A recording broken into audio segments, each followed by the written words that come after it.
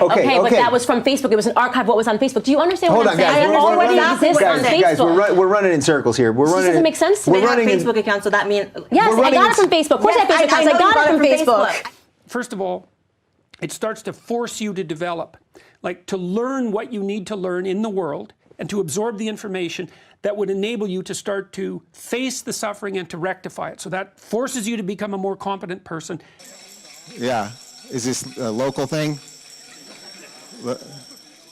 What's going on? You want to ask me something?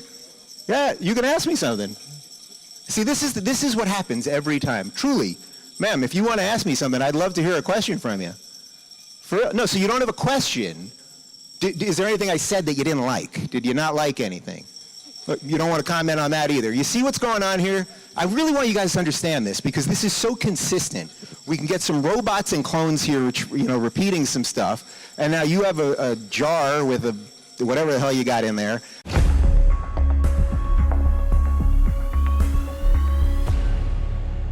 Dave Rubin is a political podcaster and commentator. You can find him on Twitter and Instagram at Rubin Report, Facebook.com/Dave Rubin, RubinReport.com, and of course on YouTube and Blaze TV. Dave Rubin, how are you? Thanks for being here.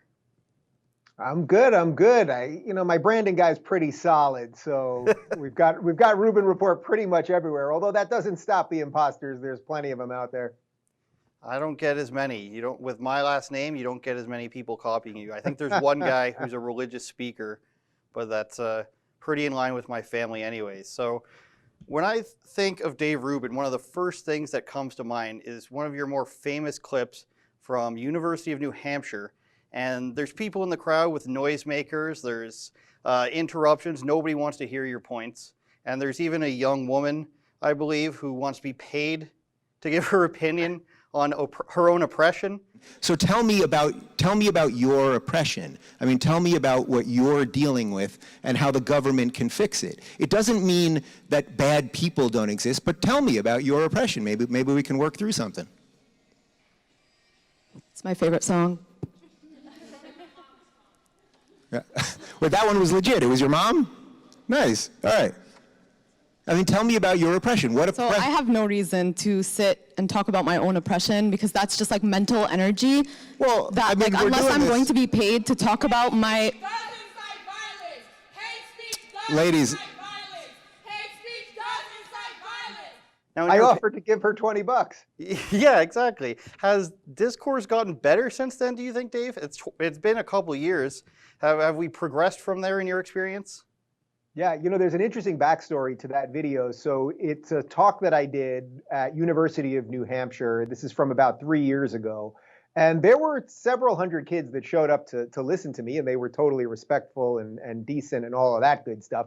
But then there were probably, 80 to 100 protesters. And before we did the event, which was supposed to be on campus at University of New Hampshire, the campus announced that they could not secure the event due to threats. So they took us from a room that was supposed to have, 300 people or so to a ice hockey rink that sat 5,000 people. So now I'm talking to about 300 people in a room of 5,000 empty seats behind me. And, for all the people that were there, respectfully, it was great. And then, all these kids come and they've got noisemakers and they're screaming Nazi and some of them were throwing things and all sorts of stuff. And there was all kinds of police officers there and all of that. And in essence, your question is, has things gotten better since then? I mean, no, obviously things are not better. If anything, when I was doing those events 3 years ago, and it's not just me, but when a bunch of us were doing these type of events 3 years ago and seeing what was happening on college campuses, we were getting a lot of pushback from mainstream media. And they were saying, oh, this is just college kids. They'll get out to the real world and everything will be fine. Well, now we've seen that this has all burst forth. And it's taken over our institutions. We're watching academic institutions and media institutions collapse. And the horrific ideas of social justice and identity politics and the rest of it have now become mainstream lefty ideas that are now backed by giant corporate conglomerate. So this is a problem. So I would say, no, it hasn't become better. But one other thing on that video, because it's been seen millions of times, I didn't even want that video to go out because I thought I don't want to add fuel to the fire, even though I thought I did a nice job and I dealt with them, with some humor and in a pretty effective way. I wasn't planning on posting that video, but then some of my haters, these losers on YouTube that just want clicks off of me, they started selectively editing clips. So I said, okay, if that's how they're going to do it to make me look bad, we're just going to put up the whole thing. And we did, and it caught fire. So here we are. For sure. Now I was mentioning to somebody earlier today that these seem to be the same type of people who, 4 or 5 years ago, they hated the government. They hated everything the government stood for. And now they're out in the streets. They're still bashing against the fascism, smashing windows and everything. But is it just me, or do you find that these are the same people who are saying that we must lock down, we must follow the government instructions, we must listen to the governing bodies about what to do about the virus? Do you find that? Is that just me? No, it's the total flaw of leftist thinking, which is they'll tell you that, Trump is Hitler and Hitler is in charge of the government. And they'll also say, oh, we need a federal mandate, a federal lockdown.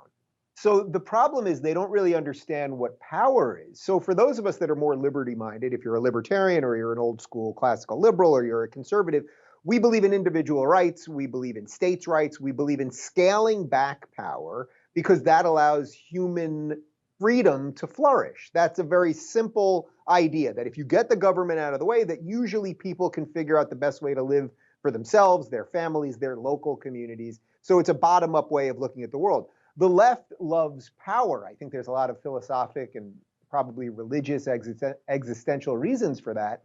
And what they don't seem to understand is that if you just love power, well, every now and again, your guy might get in there and be able to do the things that you want. But at the same time, it might also be that a guy that you really don't like, say Orange Man, gets in there and then he can do all sorts of things you don't like. So the only way to have sort of a healthy tension is that you scale back the power and you give the power to the people. That's a very American sentiment, but it's something that the left has just completely lost.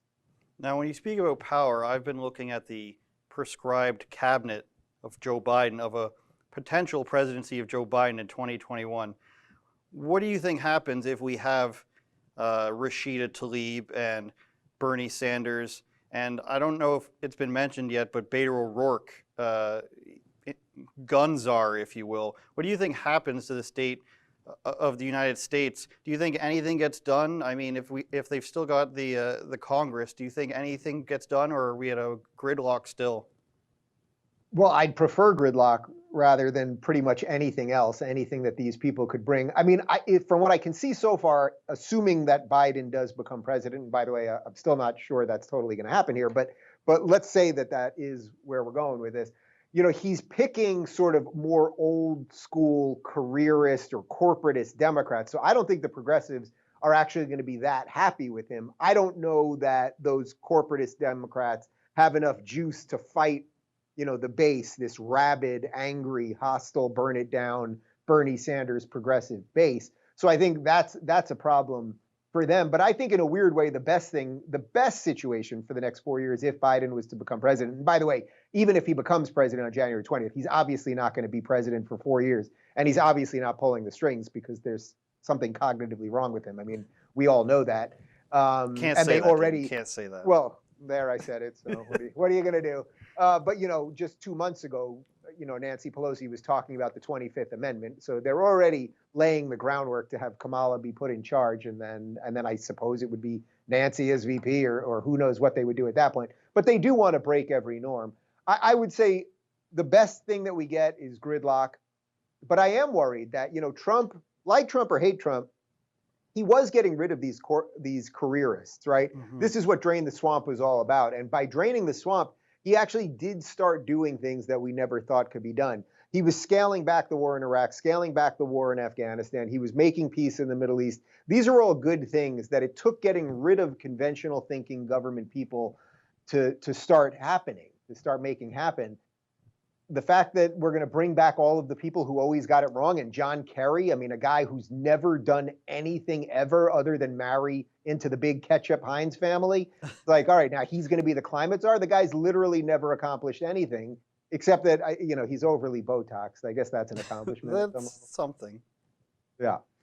Now, when we talk about Trump removing troops and everything like that, I couldn't help but notice, again, I'm extrapolating over 4 years here, but when Trump's pulling troops out or he's saying no more foreign proxy wars, the media is still pushing out people like John Bolton and Brennan, who are completely, again, the people who are completely against this stuff 4, 5, 10 years ago are now pushing these voices who are completely pro-war and military industrial complex, and that's how. Yeah, well, it's go ahead. it's very clear that this is what they're going to bring back. They're going to bring back all of the failed policies of the past. I mean, this was the irony of the Biden campaign, because how is Joe Biden, a guy that was VP for 8 years, who's been in government for 47 years, who's now 78 years old, if he saw all of these problems with the world, why didn't he ever do anything about them? I mean, in many ways, he was running against Obama, because if Obama had done anything good, there would have been no need for a Biden presidency. And he's running against his own record. And now here he is, just bringing back the same old stuff that we had started to expunge over the last 4 years. So I don't see anything particularly good. I would bet if I was placing bets right now, I mean, someone can find this video 4 years from now, I'm guessing we're going back to a couple wars. There's going to be a couple wars. And remember, we didn't have any under Trump, and he was scaling them back. And I'm guessing that the Middle East is going to be a real mess, because Biden will feel that he has to reverse things that Trump did, even if they're positive things, because orange man bad. I'm not entirely certain that Biden does know what his own policies do in real life. When I go back and you hear everything about the busing segregation and all the clips that we have seen, when I go back even further into the 70s and look at the things he was saying about how he's friends with the last Dixiecrat, for example, and how well he got along with extreme segregation. I'm not just talking about people who had some differences. Maybe they were for busing or against busing. I'm talking about people who thought they were inferior races. He's being best friends with them. And I still think that he thinks that his policies back then were a good idea. I don't think he actually knows what his policies do in real life. I think he just sits back and does what he's told, and the media covers the rest of it for him. Now, I wanted to segue the media coverage into the stuff about the election. And from what I see and what I've seen from election night onward, what does the coverage tell you? There's zero fraud. There's nothing to worry about. And I struggle with the idea all the time. I mean, watching CNN or MSNBC, or even, God forbid, the Young Turks sometimes. Are we outright lying, Dave, or are we blissfully unaware and not good at our jobs? Yeah, well, you should not be watching the Young Turks. Only on election night. I don't know if you're drunk or you're a glutton for punishment or something. I mean, look, you're not going to get truth out of CNN. You're not going to get truth out of MSNBC. These are organizations that are designed for clicks and for ratings. That's what everything that's in business, in media, is for, right? Like, everybody. Now, it's ironic because I sit here as someone that I tell my opinion for a living, and I interview people and all that. Do I want to make a healthy living while I do this and provide something that's worthwhile so I can live the life that I want to live? Of course I do. But I put my biases out there. The idea that Wolf Blitzer is not a Democrat, or Jake Tapper is not a Democrat, or Brian Stelter is not a Democrat, or Jim Acosta is not a Democrat, or Anderson Cooper is not a Democrat, or Don Lemon is not a Democrat. I mean, that's crazy. They're all partisan Democrats. Put MSNBC aside. I mean, that's just an obvious joke. But CNN is the one that really, that's why everyone makes fun of CNN, because they were the one that was supposed to be real. And there was a time when they were real. I remember being in 9th grade during the first Gulf War, when Saddam Hussein went into Kuwait. And there was something incredible about watching CNN. I remember being in social studies class and watching clips, and we were seeing 24-hour news, and it was on the ground, and it was real. Now, maybe the Overton window was just very narrow at that time, and we didn't see a lot of stuff. But there was something good there that is transformed into something that is very bad. And these people are basically establishment yokels, pretty much. I mean, they really are. So you're going to just see a lapdog media. I mean, they're happy Biden is in. Their guy is in. The Democrat is back. The evil Republicans and evil Trump have been defeated, in their minds, at least at the moment. And you're going to see the worst sort of just state-run lapdog media that you can possibly imagine. When we talk about the media, first of all, Wolf Blitzer, I think we can categorize as more of a news bot than anything else. Oh, yeah. No. Look, he's a high-level android. You know what I mean? And he can actually, the fact that they've been able to program these things to occasionally show human emotion is pretty freaking impressive, you know? That reminds me, all the crying we've seen lately. Jimmy Kimmel's cried, I don't know how many times. Stephen Yeah. Colbert, what's the British guy's name? He's crying too. Trevor John Noah's, Oliver. yeah, Oliver. Trevor Noah is probably crying right now. Who's taking this seriously, Dave? This is what I want to know, is who is being convinced, or is it just all spinning their own wheels and convincing themselves that they're the greatest people? And they love emotion. They put primacy on their feelings more than anything else. I'm not saying you should just be some cold, hard, fact-based, evil person. But what you should care about is reality. I always consider myself a world-weary optimist. I'm an optimist because I believe the world can be better than it is, but I'm world-weary because it's a machine that's very hard to change. And I'm a realist. I'm a realist. The world is not what I want it to be. It is what it is. And I can do what I can to maybe marginally change that a little bit for the better. But these people, most of them are atheists too, which is kind of funny because it's like they don't believe in God, but they do believe that Trump is the devil. And it's like you might want to look into the sort of intellectual or philosophical inconsistency you got going there. As Michael Knowles says, I believe they worship the earth now. The worship of Gaia is an interesting one I like to point to. Now, a lot of stuff we've seen lately, we've seen Joe Rogan leave California, Elijah Schaffer, Fleckus, Daily Wire, I believe they went to Nashville. Yep. Why are so many people fleeing in droves, in your opinion? And does this change the political landscape of the places they are going? Not just the celebrities. People are leaving New York. They're leaving everywhere. Are they changing the political landscape where they're going? And why are they leaving, do you think? Well, people are leaving because of high taxes and homelessness and insane house prices and the fact that people don't feel safe and drug use and all of those things. And let's remember, the governor of California is Gavin Newsom, and Gavin Newsom was the mayor of San Francisco, and he wrecked San Francisco. I mean, find anyone across the aisle who thinks that Gavin Newsom did a good job in San Francisco. You can't find anyone, but in progressive politics, especially California progressive politics, you fail up. So I would say these people are leaving because, Rogan, he just signed a $100 million deal. He doesn't want to give 52% of it or whatever it is to the government. I don't freaking blame him. But I think what the people in the red states have to be worried about is that there seems to be a disconnect with liberals, that the policies that they vote in have anything to do with why they're leaving their states.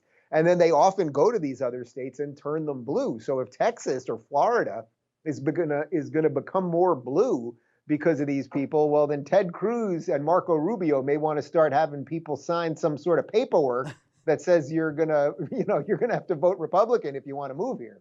That's one of the examples I was going to give is in Texas, Ted Cruz v. Beto O'Rourke, Robert O'Rourke. All of a sudden he's Hispanic when he's there. But that, I think, shocked a few people how close that actually was. It wasn't that close, but it was close enough where you start to wonder if it's starting to shift in that direction. Now, when I think about people waking up, to use a tired term, to these Democrat policies, you can look at cities like St. Louis or Baltimore, for example, Chicago, Detroit, where they've been run by Democrats for 30, 40, 50 years. I wonder, at this point in 2020, do we still have people being red-pilled? Because a lot of the things I've seen in your interviews in the past are people giving their story of when they were getting red-pilled, quote unquote. I think Candace Owens is one of the most famous examples of people, changing their viewpoint a little bit. Do you think that's still going to happen? Do you think it's still happening, or is everybody completely dug into their beliefs at this point? That's a good question because it's sort of an unknown answer. The best I can tell you is I know that more and more people are being red-pilled still, because I still get tremendous amount of email and Twitter messages and Facebook messages from people saying, oh, just yesterday I saw your interview with Larry Elder and now that was my moment and now I'm waking up. So I do think more and more people are waking up. But I would say, in these last 4 years, I don't know that we're going to have that again, meaning that there was so much red pilling. And regardless of the outcome of this election, the fact that Donald Trump, by running against the entire freaking machine, got probably 12 million more votes at least than he did last time, that tells you an awful lot of people were red pilled. I mean, black female voting for a Republican candidate doubled, black male voting for a Republican more than doubled. Gay support for Republican more than doubled. There's a lot, the Latino support did extremely well. So there's a lot of interesting things here if you want to talk about red pilling. What I am worried about, though, is that, you know, as people sort of see the reality of Biden potentially becoming president now, it's like a lot of people could go from red pilled, which is now I'm awake, to black pilled, which is, well, now I'm just depressed about the whole thing and I don't want anything to do with the system. Dave Rubin spending a lot of time black pilling people on 4chan is what I'm picturing you on Saturday night. I've never been on 4chan. I don't even know what's going on there. Neither have I, and people don't usually believe that. Yeah. What I wanted to ask you is, has anybody that you've interviewed really changed your mind on a topic? Have you come into an interview with an opinion on something and then completely, maybe you haven't completely changed your mind, but really had to sit and think about it? Well, I mean, the famous one, of course, is when I first sat down with Larry Elder when I was a lefty, and Larry Elder just beat me over the head with facts about systemic racism, or I should say, the myth of systemic racism. That one began my political awakening, you know, in effect, going from woke to awake. I would say there's other people over the years that have hugely influenced my way of thinking, but that probably was the one that really kind of cracked it. But, you know, sitting down with Jordan Peterson, the amount of times that I have, and then of course also going on tour with the guy for a year and a half, you know, he really helped me solidify my worldview. And that's one of the great things about being an interviewer. It's like, if you get the right people who are interesting and original and innovative to talk to, you better pick up on some of that. You better compare that to your worldview and hopefully help it or allow it to make you a better, more complete person, because otherwise, what's the point of the job? Now, when I was doing my Dave Rubin research, even though I'm pretty familiar with you, having watched you for a few years now, I wanted to get your opinion on some of the dreaded Wikipedia facts that are on there about you. If we can. Oh God, I have no idea what's on there, but it's you haven't looked? Yeah. Okay. I mean, I was on Wikipedia maybe a year ago. I looked. And okay, there's some nonsense on there, but go for it. This is right from Wikipedia. Critics have accused Rubin of providing a prominent platform to what they consider political extremists, and then it references Mary Uehara of GQ magazine. She says, well, Rubin frequently rails on identity politics, which he has called, quote, evil. He often invites some of the most toxic practitioners of pro-Trump white identity politics, like Paul Joseph Watson. Now, people do this to Joe Rogan too all the time, where just simply talking to somebody means that you've endorsed their views. I know they go on to mention other people, and they say Stefan Molyneux, just by having him on your show, you've promoted white nationalism. Is this just a jealousy of this format working? Yeah, it's just jealousy. It's just jealousy. That's all. Look, I've talked to all of these people. I had Paul Joseph Watson on about 5 years ago. By the way, I'd be more than happy to have him on again. I've met him a couple other times privately. I had Molyneux on maybe 4 years ago. I thought I asked the right questions. You know, he's got this I guess you could call it a fascination with race and IQ. It's not something I really care about, but I saw he was somebody that was gaining traction online, and I'm an interviewer. So if I see someone that is gaining traction, there's some energy there, I think it's my job to talk to them and see what's what. I repeatedly asked him why he was fascinated with the race and IQ thing, which I thought was the right question. But, you know, if somebody says, yeah, look, if somebody says that I didn't do a good job, that's their opinion. That's fine. I thought I did a perfectly fine job, but nobody was hurt because of this. If anything, I got a lot of messages saying, you know, from people saying, I heard that Molyneux was this evil, whatever. I watched the interview and it's like, I don't really like him, but whatever. I'm glad you chatted with him. I get some of those. But yeah, this is one of the things where if you're thought of as on the right, they constantly want you to police who you're allowed to talk to. But on the left, there's no rules. You could, you know, have lunch with Farrakhan and then, you know, sit down with Bernie Sanders the next day and you're good to go. Well, the way I feel about it is they kind of do this revolving door where they just reference each other. I found this years ago when I was doing YouTube videos, and I'd research somebody who they would call alt-right or a part of the intellectual dark web in a negative connotation. And then you read their articles, and Slate would reference Vox, and Vox would reference Wikipedia, and then they go in this circle where they verify each other and turn something that's usually innocuous. Where I'm sure you've seen that mind map of Dave Rubin leads to Jordan Peterson, and Jordan Peterson. I've only been mentioned on one of those things, by the way. I'm very jealous. So well, I feel like these outlets are using themselves to justify who they do and do not allow to speak. Do you think that's a fair assessment? Yes. I'll even go further than that. What they do is they use these ridiculous studies to then prove. So they get some journalist to literally what you're referencing there. I forget exactly what it was called, but it was some journalist who just all she did was in effect put lines to people that had talked to other people. Yeah. So I'm in there and Rubin's talked to Shapiro and Shapiro talked to Peterson and Peterson talked to this guy and this is Shermer and Rogan and then she, as if it's proving anything other than people talk to people. The funny thing is that when they did that study that was then, you know, which by the way had several errors, even in related to who I had talked to. The whole idea was, oh, and you can see that what this does is this crazy cacophony of lines. What it does is it radicalizes people to the right. Except I have gotten more email from people that have been de-radicalized by me. I have gotten, you know, for the amount of emails that I get from lefties that have woken up, right, now say that they're centrist or something, I get an equal amount of emails from people that used to say, you know, I was further right, but I've now accepted that there are some good liberal ideas because of you. So these are people who just want to destroy people that are gaining traction and attention. I try not to pay that much attention to them. Well, I think the opposite is completely true in terms of, like, I don't even like saying radicalization, but when you say it's okay to hate anyone who supports the president for 5 years, and you excuse riots and you excuse their lack of social distancing at their events and don't excuse it somewhere else, you do end up with this, albeit a small population of people who thinks that we are in sainthood, there's nothing we can do that's wrong, and on the other side, anything we do to them is justified because they're white supremacists or whatever, and I think we see that all the time now. Now, I appreciate your time. I'm going to let you go on the last thing. I want to talk to you about locals. Is that the worst thing they said about me on Wikipedia? I thought you were going to bust out something really juicy there. No, that's under your the headline header of controversies. They're going to say it Britishly, controversies, but that's under the headline of controversies is the GQ quote of from this lady that I've never heard of. Surprise, surprise. Now, do you want to tell us a bit about locals for the people who aren't that familiar with it? Sure. I'm incredibly proud of what we've built with locals. You know, everybody talks about big tech and says, oh, we need off-ramps. We need to not be so reliant on these algorithms and these manipulative tricks that we know big tech is doing to suppress some ideas and promote other ideas and change search results and shadow ban and the rest of it.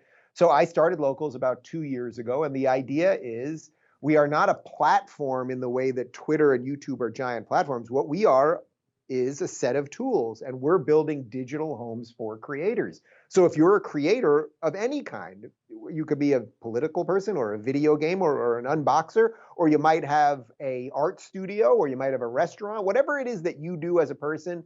If you want a digital home that is your place where your audience can directly communicate with you and get push notifications on your phone and own the content, own the video, own the audio, be able to directly communicate with your people, as opposed to say what YouTube does, which is, you know, I have 1.5 million subscribers and I don't have email addresses for anybody. And then the algorithm can just decide how many of my own subscribers I can talk to. If you want to take some of that power back, join Locals, build a community for yourself, and it's tools. That's all it is. And if somebody is in your community that you don't like, boot them. That's on you, you know, and you figure out what system of rules works for you. So it's very consistent sort of with something that I referenced earlier, which is just a bottom-up way of looking at the world, as opposed to top-down big tech should rule all of us. Dave Rubin, cutting promo is like a professional wrestler here. I'm impressed. I appreciate you very much coming on. I've been a fan for years. I love your work. Dave Rubin, Rubin Report on everything. Facebook, Dave Rubin, and of course on YouTube and Blaze TV. Thank you very much, Dave. You have a great day. I hope. My pleasure. Keep up the good work at the Rebel. You guys are doing something up north. It's something. Don't stop. In this winter and this COVID lockdown. Don't forget to like, share, and subscribe, and don't forget to hit the notification bell so you can get all your favorite Andrew videos, and go to rebelnewsstore.com. We've got new products coming out almost every day.